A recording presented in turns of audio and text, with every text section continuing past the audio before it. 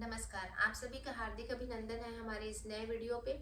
आज का हमारा जो वीडियो है वो है NQAS के संबंध में। अगर आप किसी भी शासकीय स्वास्थ्य संस्था में कार्यरत हैं और आप NQAS के सर्टिफिकेशन के लिए तैयारी कर रहे हैं तो ये वीडियो आपके लिए 100% हेल्पफुल रहेगा। इस वीडियो के माध्यम से हम आपको बताएंगे कि आपको किन किन SOP के बारे में जानकारी होनी चाहिए और क्या वो पॉलिसीज हैं जिन पॉलिसीज के बारे में हमें जानना चाहिए। तो आज का वीडियो हम स्टार्ट करते हैं SOP 1 से, जो कि है procedure for out patient management.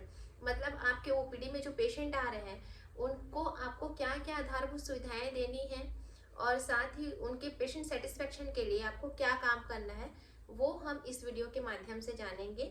तो इसमें जो पहली चीज़ है वो है सिटिंग अरेंजमेंट। आपके हॉस्पिटल का जो वेटिंग एरिया है वो इस प्रकार से होना चाहिए कि वहाँ पे प्रॉपर सीटिंग अरेंजमेंट हो पेशेंट के बैठने के लिए, और वहाँ पे प्रॉपर लाइटिंग हो, फैन की सुविधा हो, पीने के लिए शुद्ध पानी हो।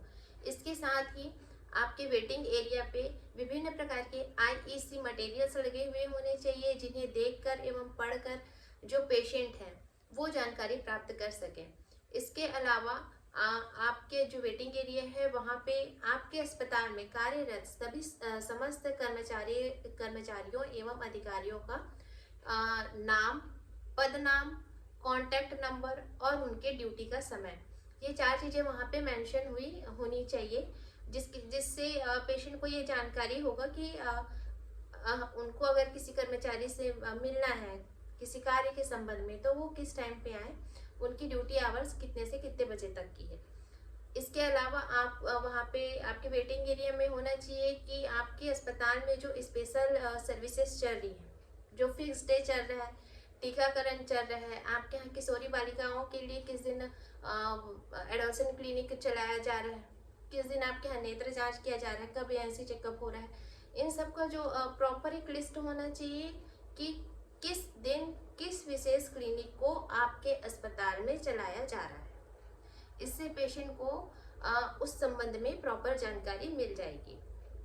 तो ये तो हो गया आपका वेटिंग एरिया किस प्रकार से होना चाहिए। दूसरी चीज़ है कि आप वहाँ पे क्या क्या हेल्थ फैसिलिटी आप दे सकते हैं। अगर आप किसी प्राइमरी हेल्थ सेंटर में काम कर रहे हैं तो वहाँ पे आप पेशेंट को क्या क्या स्वास्थ्य सुविधाएं दे सकते हैं इसके बारे में पूरी जानकारी वहाँ पे लिखी हुई होनी चाहिए। जैसे कि आप वहाँ पे कोल्ड कफ का ट्रीटमेंट करेंगे, निमोनिया डायरिया का ट्रीटमेंट करेंगे। इसके साथ ही जो लाइफ थ्रेटनिंग कंडीशन है जैसे कि shock, poisoning, dog bite, snake bite, इन सारी चीज़ों का हमको वहाँ पे ट्रीटमेंट पेशेंट को प्रोवाइड करना है। तो इन समस्त चीज़ों के बारे में वहाँ पे जानकारी पेशेंट के लिए उपलब्ध होनी चाहिए।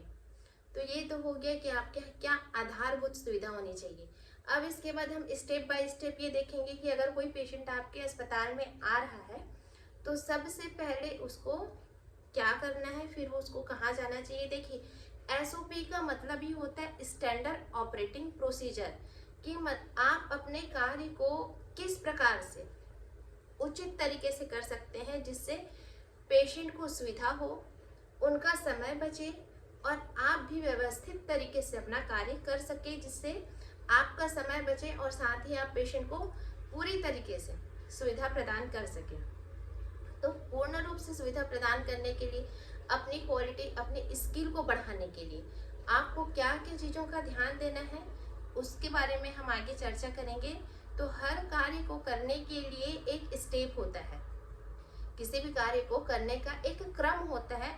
क्रमबद्ध तरीके से अगर हम किसी भी कार्य को करते हैं तो उससे हमारी जो वर्क की क्वालिटी है वो बिल्कुल इम्प्रूव होती है और उसका रिजल्ट पेशेंट को मिलता है।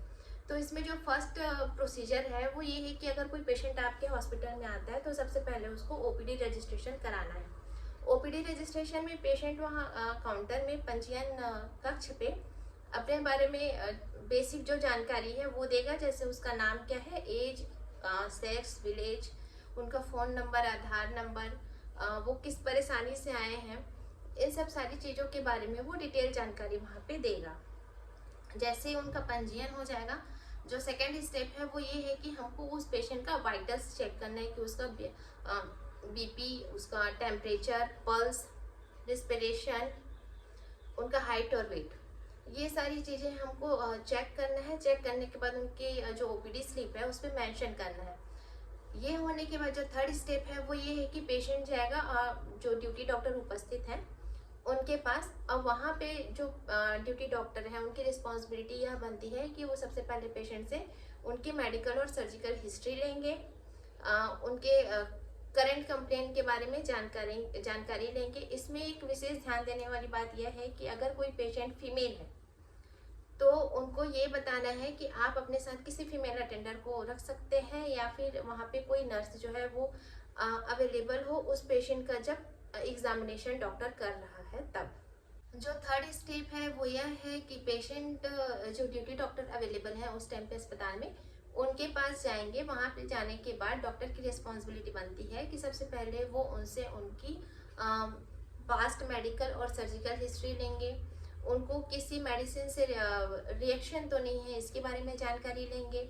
इसके साथ ही उसका जो करेंट कंप्लेंट है उनके बारे में जानकारी प्राप्त करके उसका प्रॉपर डायग्नोसिस वो बनाएंगे। इसके साथ ही अगर वहाँ पे उनको पेशेंट का एग्जामिनेशन करना है तो वो कार्य उनके द्वारा किया जाएगा। इसमें विशेष रूप से ध्यान देने वाली बात यह है कि अगर कोई पेशेंट फीमेल है तो उनको ये कहना है कि आप जो है अपने साथ किसी फीमेल अटेंडर को रख सकते हैं या फिर उस टाइम पे वहाँ पे जो अवेलेबल नर्स होगी उनको आप वहाँ पे बुला के पेशेंट के साथ में रख सकते हैं जिससे वो कंफर्टेबल फील हो। और साथ ही हर पेशेंट के प्राइवेसी का हमें उचित ध्यान रखना है। इसके बाद पेशेंट जाएगा लैब में जाने के बाद लैब टेक्नीशियन की वहाँ पे रिस्पॉन्सिबिलिटी ये होती है कि उनको सबसे पहले तो जानकारी दे कि डॉक्टर ने आपको ये टेस्ट कराने के लिए कहा है और इन सब टेस्ट के लिए मैं आपका ब्लड सैंपल या फिर यूरिन सैंपल जो भी है वो लेना चाहता हूँ। सैंपल लेने के बाद उनको पेशेंट को बताना है कि आपका रिजल्ट आने में इतना समय लगेगा, उनको प्रॉपर जानकारी देनी है और उनको कहना है कि आप वेट करिए।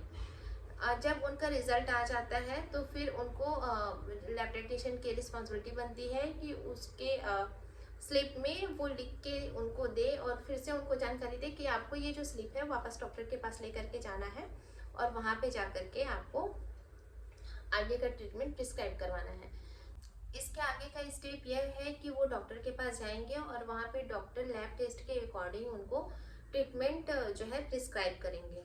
ट्रीटमेंट प्रिस्क्राइब करने के बाद पेशेंट को जाना है फार्मेसी में जहाँ पे उनको दवाइयाँ उपलब्ध कराई जाएंगी।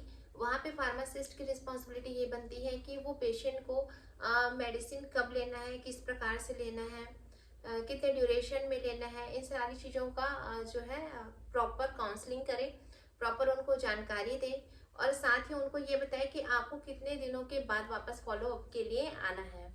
इसके अलावा जो नेक्स्ट स्टेप है वह यह है कि पेशेंट को 30 दिन में एटलीस्ट 1 मंथ में हमको कम से कम 5 पेशेंट को पेशेंट सेटिस्फेक्शन फॉर्म हमको भरवाना है। इसके साथ ही अगर किसी पेशेंट को रिफ़र करने की आवश्यकता पड़ रही है, अगर हायर सेंटर में रिफ़र करने की आवश्यकता पड़ रही है तो वहाँ पे हमको पेशेंट को काउंसलिंग करना है, उनको प्रॉपर जानकारी देना है कि आपको हायर सेंटर में रिफ़र किया जा रहा है और क्यों रिफ़र किया जा रहा है, किस कारणवश रिफ़र किया जा रहा है। इस चीज़ की प्रॉपर जानकारी हमको पेशेंट को ज़रूर देनी है और उनके हायर सेंटर में रिफरल के लिए हमको जो है आवश्यकता अनुसार जो वाहन हमारे अस्पताल में उपलब्ध है, शासकीय वाहन, उसे हमें प्रोवाइड करवाना है पेशेंट को। तो ये समस्त जानकारी है आउट पेशेंट मैनेजमेंट की कि आपके हॉस्पिटल में अगर ओपीडी में कोई पेशेंट आ रहा है तो इस प्रकार से स्टेप बाय स्टेप आपको उनको सुविधा प्रोवाइड करनी है। इसके बाद हम बात करेंगे नेक्स्ट एसओपी के बारे में अगले वीडियो पे। हमारा ये वीडियो अंत तक देखने के लिए आप सभी का धन्यवाद।